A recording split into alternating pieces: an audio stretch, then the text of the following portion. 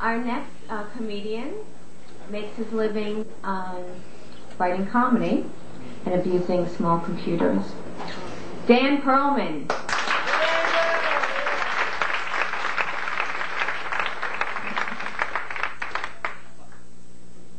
Hi. Well, if I was to come up with one word to describe myself to you, stud is not the first word that comes to mind.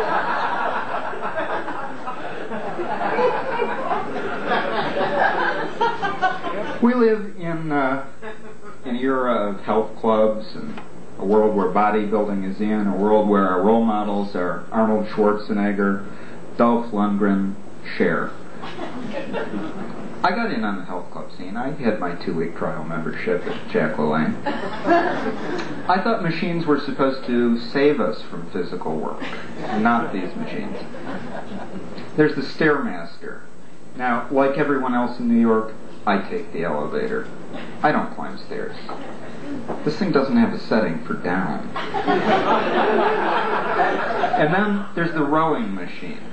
This is a useful skill for a New Yorker. I've always had trouble getting in on the latest trends.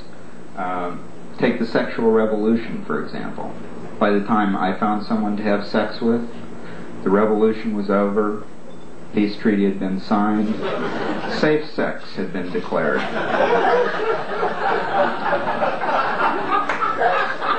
I know that I'm supposed to use a condom.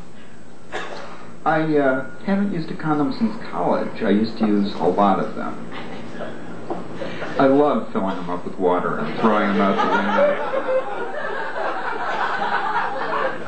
But now I have to actually choose the kind of condom. They have fashion trends. I looked at latex condoms and lambskin condoms, and for the truly safe sex-minded, stainless steel. And they come in colors. Now, I assume they should make a statement. I assume they shouldn't clash with my sheets. So I looked at jungle green, but green makes me look kind of pale. So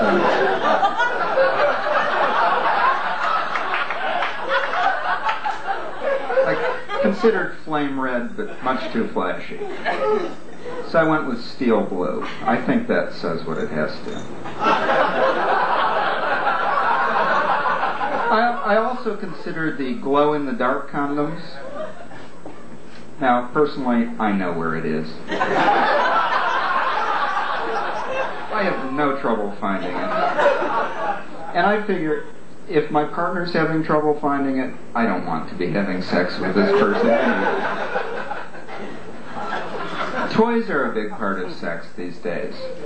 So I went and got one. I've been practicing with it regularly. I had a date the other night, made dinner, and I started to make my moves over the chicken moringa. By the time that we got to the bananas flambé, it was clear I was getting nowhere. So I got out the toy. I turned it on. It started to hum. It started to vibrate. It started to move.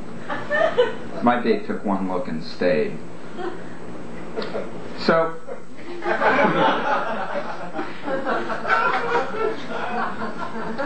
it stopped. Now it's 2 o'clock in the morning. My date is getting hot, and I need 8 D cells.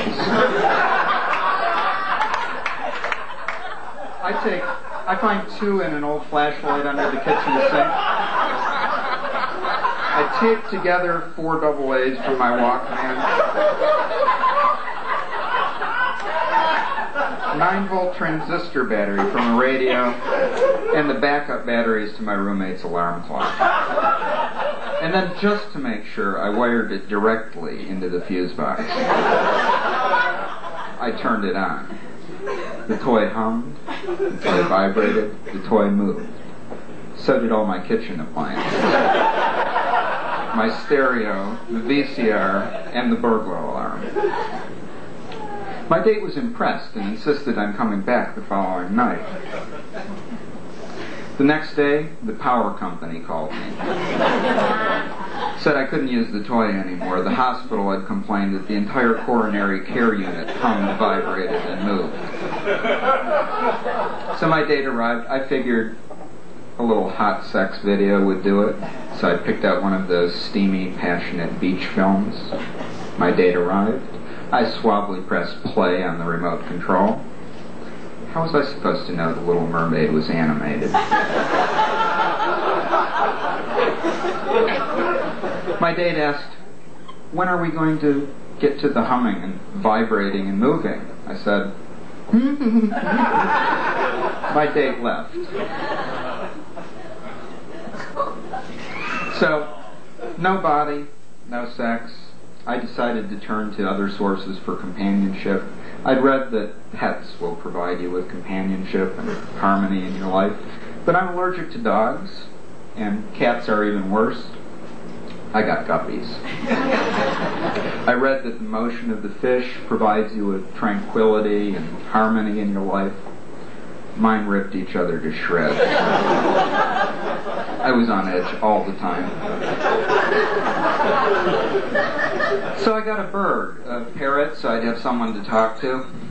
But I couldn't afford one at the pet store, so I got one from a guy at the Brooklyn shipyards. I taught it to say, good evening, thank you for coming, have a nice day.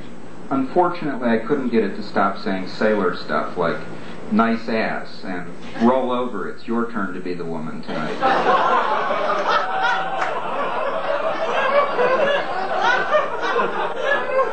So I finally settled on a pet that will keep me sane and keep me company. I'm raising a 2-pound dust bunny under my bed. Thank you, you've been a great audience.